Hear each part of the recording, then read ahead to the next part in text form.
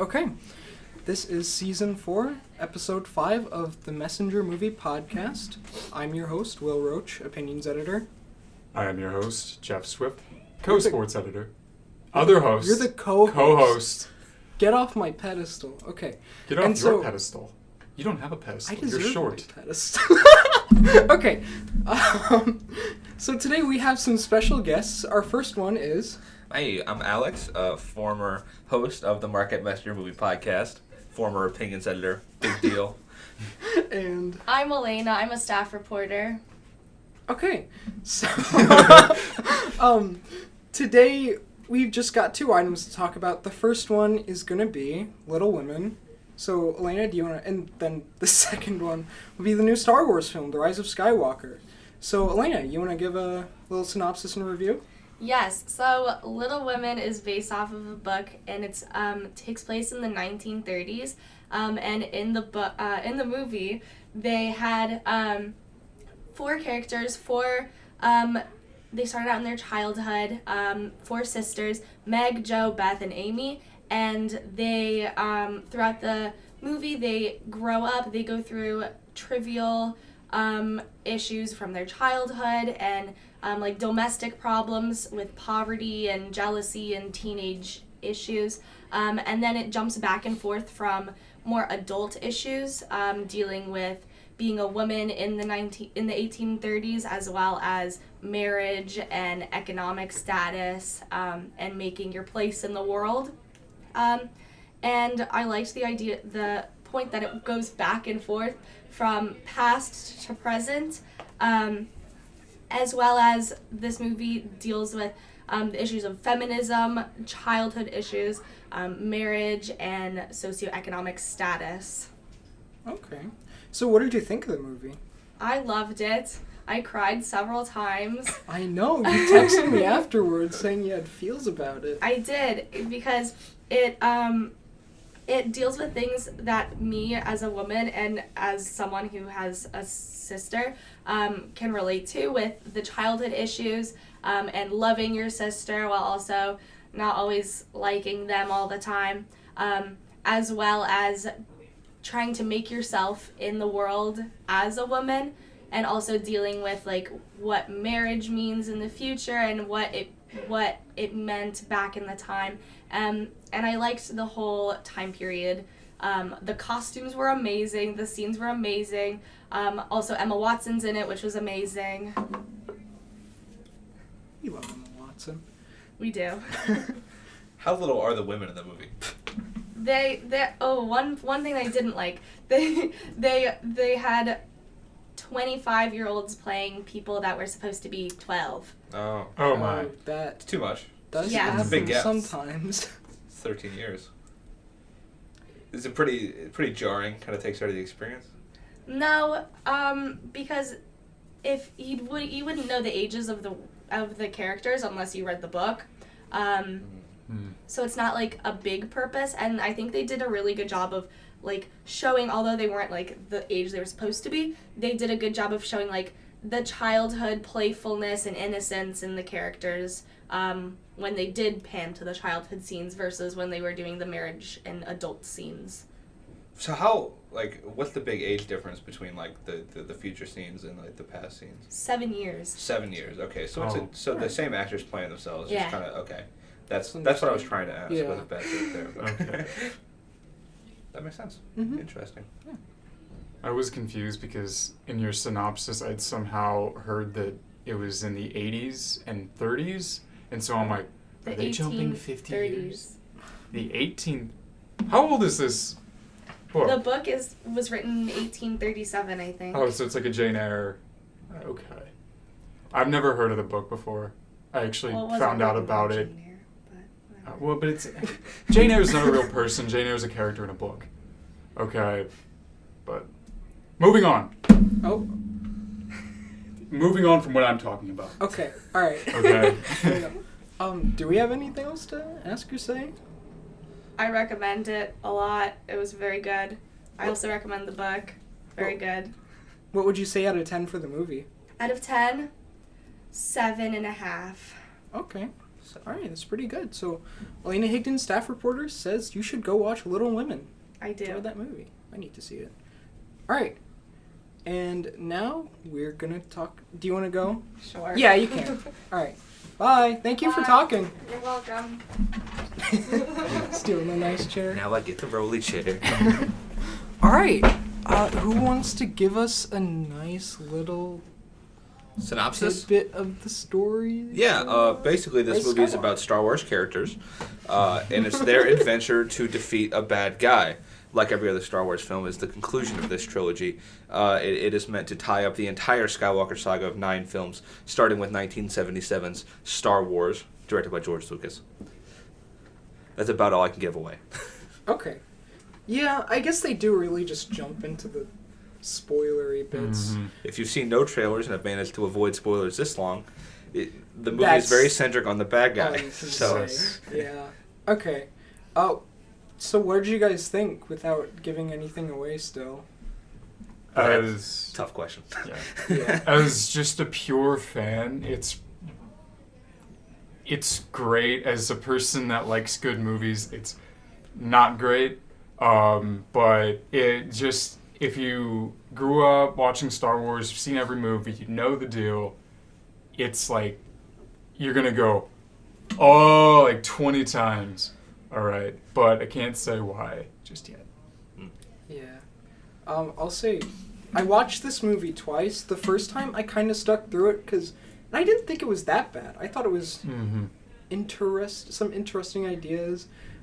Just an okay film overall. Then I watched it a second time, and I think about near the end, I just took like a 10-minute bathroom break because I was just having trouble getting through it. And then I came back.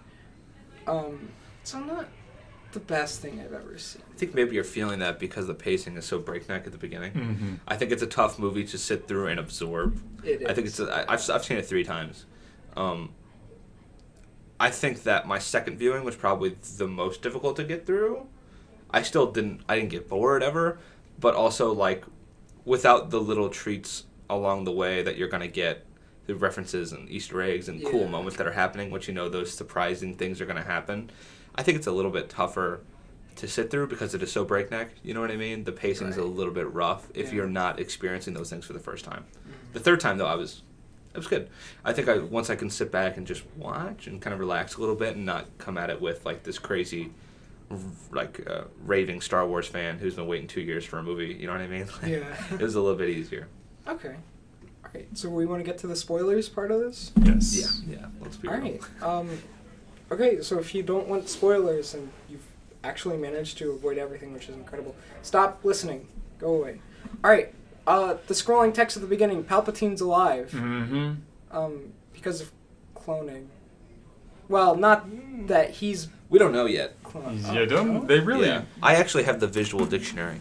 It states very specifically that we don't know how he came back. I'm sure it'll be covered in some Star Wars content down the line, but it's up for debate. Okay. It appears if he was dead at one point, but what's dead in Star Wars anyway? You know what I mean? Yeah. Who's dead? Nobody's dead. That is true. Yeah, we do see our good old ghosty buddies come back. At How do least we the feel about the Jedi. return of Palpatine in general? Are we okay with the fact that his character is even...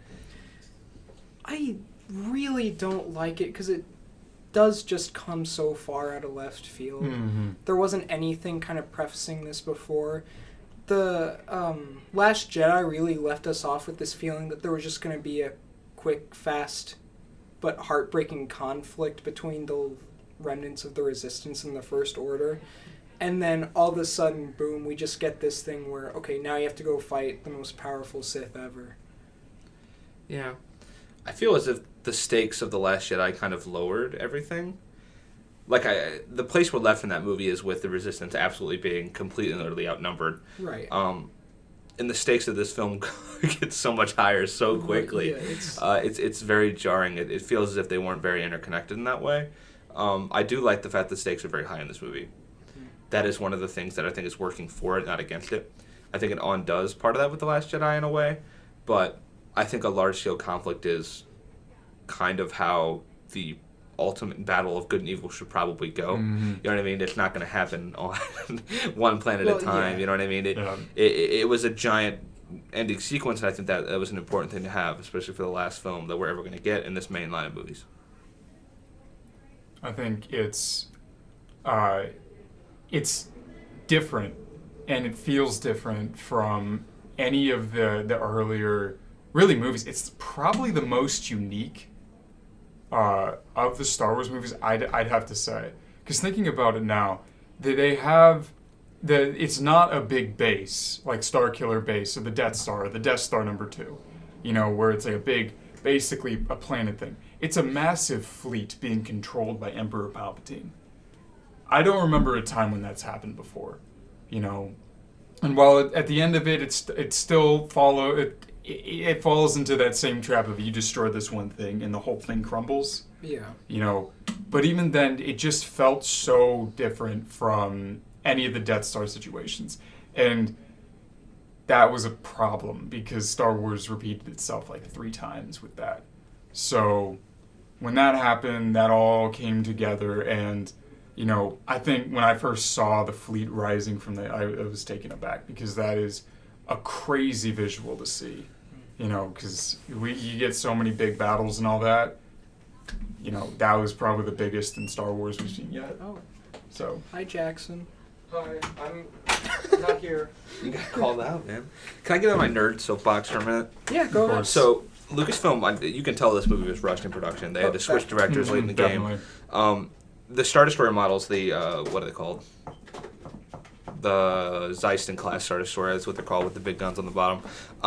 They're the exact same model as the Imperial 1 Star Destroyer from Rogue One, except they put a big gun on the bottom. Yep, that's about it. Which is the laziest little piece of design I've ever seen. In Star Wars is known for its unique designs. Yeah. Why have we not made this really cool Sith Star Destroyer? It's literally the same model. They took that 3D model from Rogue One and placed it over here and put a gun on the bottom.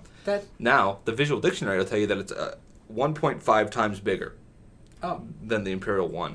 That being said, everything on it is exactly to scale 1.5 times. Yeah, okay. Which is absurd.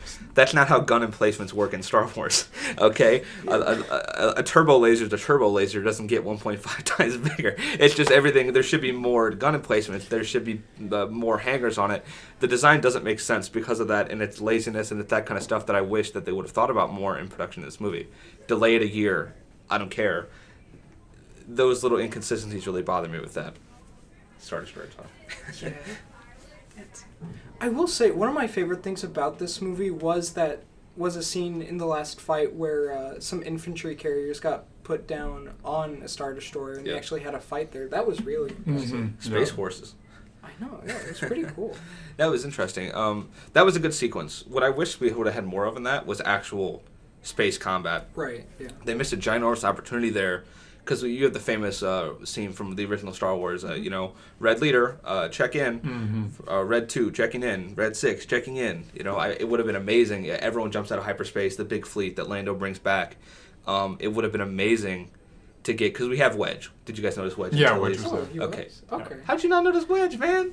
I haven't watched A New Hope in so long. Right, you're fired. You're not on this podcast anymore. Wedge Antilles, obviously here, played by Dennis Lawson, Ewan McGregor's uncle. Don't know if you knew that. Interesting. Dennis Lawson comes back as Wedge, and we get to see Wedge, and that's basically our one big cameo. 9 nubs in the film. Did you notice him? He's flying. He's a pilot in the Tantive V4. He's dead, by the way. Yes, he died. He died Okay. super dead. I was so sad when I found out. I know. I was like, And he died off screen again. I thought they would learn from Akbar. You know what I mean? Like, people care about relatively nameless Star Wars characters. We should probably give them a decent send off. Now we just unceremoniously killed 9 nubs. You know what I mean? Like, it's not good, but they missed a great opportunity to have a big check-in sequence. Yeah. How cool would it have been if everybody jumps out of hyperspace and we get everybody? You know what I mean? It would have been awesome to see. People from the animated shows. I mean, the Ghost from Star Wars Rebels is there. Did you guys ever watch that show? It's a kid's show. Yeah. Yeah. I definitely watched all of it, though. So, the Ghost, their ship, it appears there. A Han Solo's freighter from the first movie, from The Force Awakens, is there. So many cool little ships. The Mandalorian ship is there. Could be just the same model. We don't know who's in those ships. But it would have been cool to just get little quick check-ins from them. It would have been done a lot for the fan service. And really, that's what this film needed, Okay. And I'm not really satisfied with the amount of space combat we got. No. Like, that should have been a big, giant space battle, and we had horses on Star Destroyers, but I also want to know what, because there's, you kind of get the idea that it's a bunch of small ships, right? Right. But also there's, MC-80s that jump out of hyperspace, which is, Admiral Akbar's capital ship. Yeah. Those are capital ship-sized. Yeah. And, they're engaging other Star Destroyers. Why are we not seeing the tides of this battle? And it's because it's just a cloud of Star Destroyers, and they had no idea how to, make that battle work. Yeah. You know what I mean? It feels like concepts that don't mesh together. It feels like a sloppily put together sequence, in my opinion, for that reason. How did you guys feel about all the MacGuffins in this movie? And the chasing one after another? I didn't enjoy it. Because it's obviously okay, go here, get the thing. It just felt like a list of errands rather than a sequence of events that needed to happen. Yeah. I think it'd been... Kylo Ren finds the Sith Wayfinder at Darth Vader's castle. Oh, is that where that's that is? That's Mustafar. I don't know if you picked up on that. It's in the ruins of Darth Vader's castle. Okay.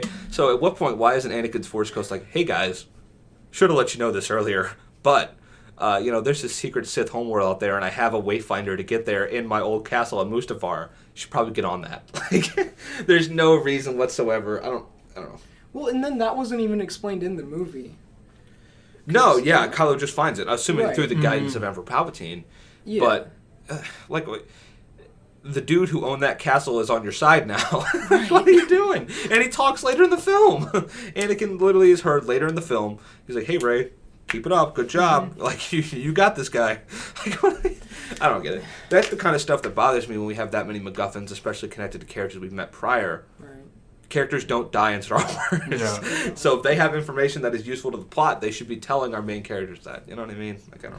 And Luke does come back to stop Rey from destroying Anakin's lightsaber, which I guess just got super retconned cool back sequence. in. What do you mean? It was destroyed at the end of The Last Jedi. Oh, no, if you notice, it's actually got a band where she's repaired it. Yeah. Oh, okay. So it's been dubbed the Rey Flex. Yeah.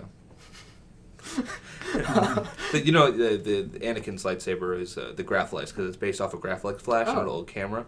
Right. So instead of Anakin's was the skinny flex because it's a Graflex replica that's skinnier, so it's easier to hold because of the amount of dueling they were doing in those movies. Mm-hmm. And obviously it was the Graflex for Luke. It was like an actual camera flash they had modified, and then the Rey Flex because it's got that banding in the middle where she's repaired it. Okay. We were at Luke. Yeah. Sorry. You're good. I'm very tangential. But that's good for podcasts. Luke did come back for a bit to kind of do some... It was a very cool sequence to me. Yeah. And I don't know if it repairs some of the character damage that's done in The Last Jedi, because I think Luke has done a little injustice, because I don't think you should be allowed to change your character that drastically off screen. I think that maybe is not the right call. But I would say that his representation there... And he's like, "Hey, yeah, I was wrong, dude." And it's very poetic because that's exactly what happens with Yoda and Obi-Wan as they talked to him in the original trilogy. They're telling him to go kill his dad, right? And he's like, "No, I'm not going to kill my dad. I'm going to make my dad a good guy again because I can feel that, I'm a different kind of Jedi, a better Jedi, the way forward." It's very poetic to me that he admits that he was wrong and admits that Rey has the right way forward and helps her go that direction. So in a way, even surpassing his predecessors by admitting that to her, even as a Force Ghost, saying, "Hey, listen, I did something like this once upon a time too. There's no reason I should discourage you from finding your way forward. It worked for me. So here, don't be discouraged. Keep at this. You can do it." You know what I mean? I thought that was a really, really great way to bring him back into the story. And for a lot of people who don't really analyze these films thematically, I think they probably missed that. And I think it was really interesting in that way. That's true, yeah. I hadn't thought of that before. Yeah. Star Wars is for kids, but also, made by people who are very not thinking about children. That's true. It's very to get the full experience out of Star Wars, you really need to think about it. You know what I mean? It's not an easy process. How do we feel about Force healing? Tell me about that.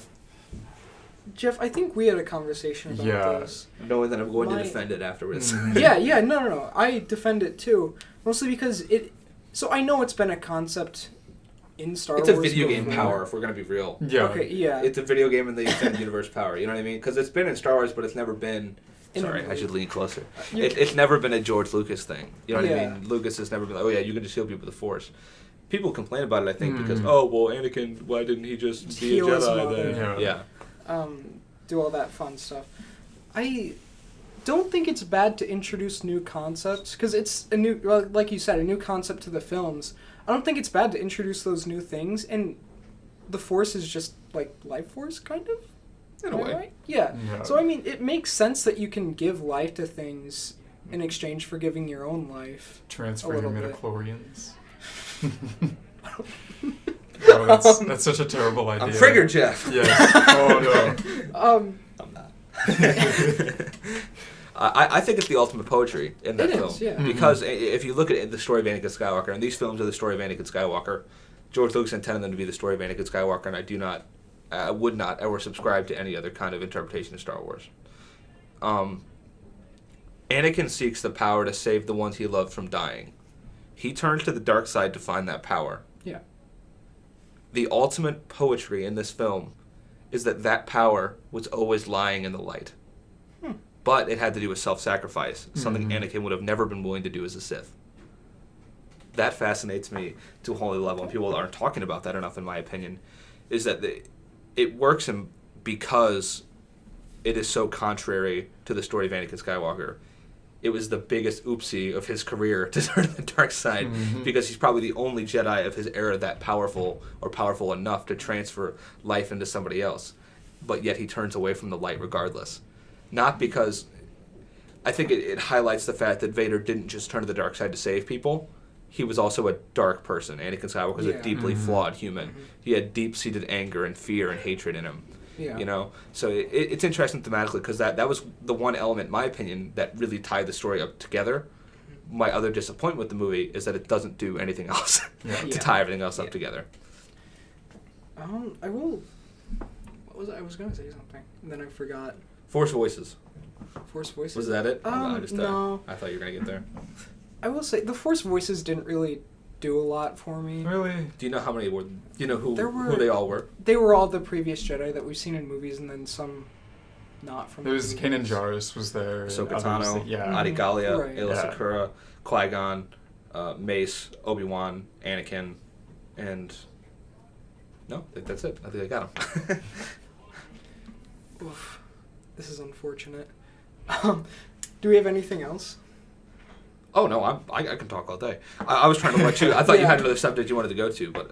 It'll come back. Yeah, okay. Let's see. How did you guys feel... I'm trying to think of some other controversial stuff we can talk about. How much did the trailers give away for you guys? Was it too much or too little?